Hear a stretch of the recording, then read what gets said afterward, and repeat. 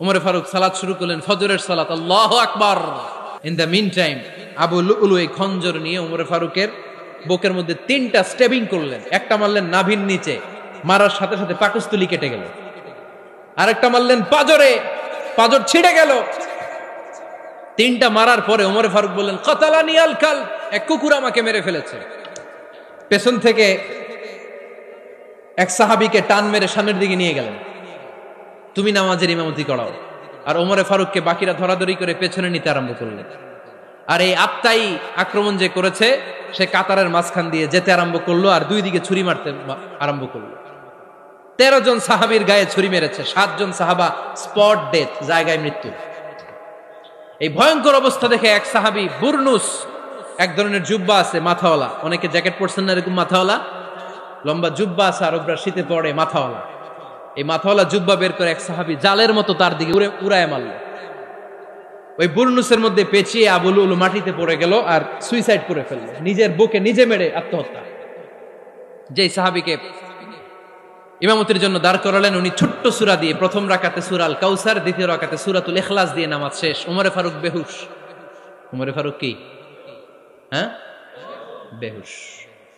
সবাই কান্নাকাটি করতেছে, সবাই দেখতে গেলেন, এখন হুঁশ ফিরে না।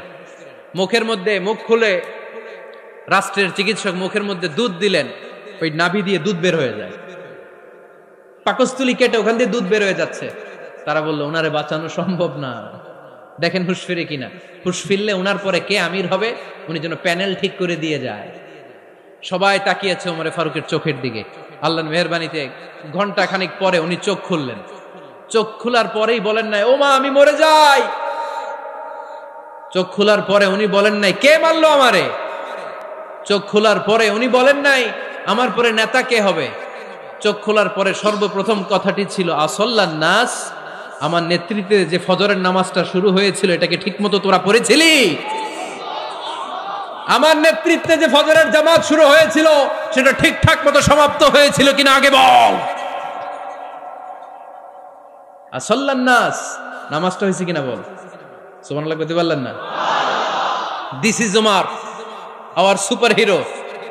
নেতা অনেকগুলো লাগে না, এরকম নেতা একটাই যথেষ্ট যে গোটা বিশ্বকে কাঁপায় দিতে পারে। চিল্লায় বলো ঠিক কিনা? বিশ্বনবী মক্কায় বসে বসে তাহাজ্জুদের সালাত পড়ে আল্লাহর কাছে দোয়া করলেন, আল্লাহুম্মা আইজ্জাল ইসলাম বিআহাব্বির রাজুলাইনি ইলাইক। ও আল্লাহ, 2 জন লোকের নাম বলবো, 2 জনের দরকার নেই, এই 2 জনের একজনকে আপনি ইসলামের সুশীতল ছায়া তোলে এনে ইসলামকে বিজয় দান করে দেন। মুহূর্তের মধ্যে দোয়াটা কবুল করে নিয়েছে কে? বিশ্বনবী বললেন, আল্লাহ 2 জনের নাম বলবো আজকের দোয়ায়। আবি জাহাল ইবনে হিশাম, হয়তো হিশামের বেটা আবু জাহেলকে আপনি ইসলামের ভিতরে নিয়ে আসেন, কিংবা ওমর ইবনুল খাত্তাব, খাত্তাবের বেটা ওমরকে আপনি ইসলামের ছায়া তোলে নিয়ে আসেন। ওমরে ফারুকের জন্য দোয়াটা কবুল করে নিয়েছে কে?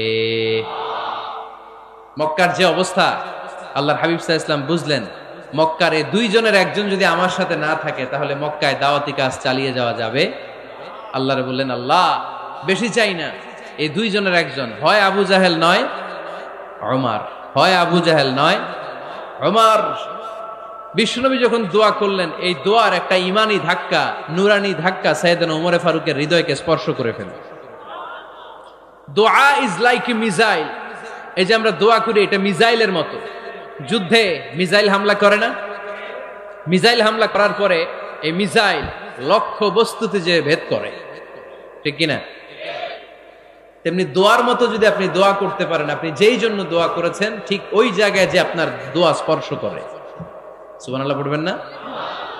বিশ্বনবীর দোয়ার মাধ্যমে প্রথমে সাইয়েদনা ওমর ফারুকের হৃদয়ে এক ধাক্কা লাগলো।